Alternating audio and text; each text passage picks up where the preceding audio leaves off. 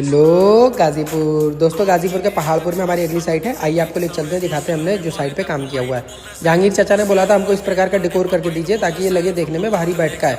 साथ ही साथ इनको सीलन से बहुत दिक्कत हो रही थी, तो ये पीवीसी पैनल लगाने के बाद ये दिक्कत इनकी खत्म हो गई। आप देख सकते हैं यहाँ पे हमने सुपर हैवी पैनल का यूज़ किया हुआ है। 1 बाय 1 डिजाइनिंग बनाई हुई जो देखने में पूरा बैठ के लुक आ रहा है। अभी इसका आप सेलिंग चेक करिएगा। सेलिंग की डिजाइन डबल फैन है, साथ में बीच में झूमर का भी स्पेस हमने छोड़ रखा है।